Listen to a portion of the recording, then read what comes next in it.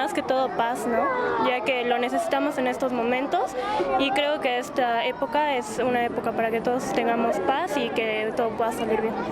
Uy, más que todo el bienestar de todas las familias bolivianas, que se estabilice de una buena vez los conflictos políticos, ¿no? Necesitamos una cabeza, un líder que saque a flote a Bolivia, porque teniendo tantos recursos para explotar, tanta riqueza, estamos quedando realmente en una pobreza extrema.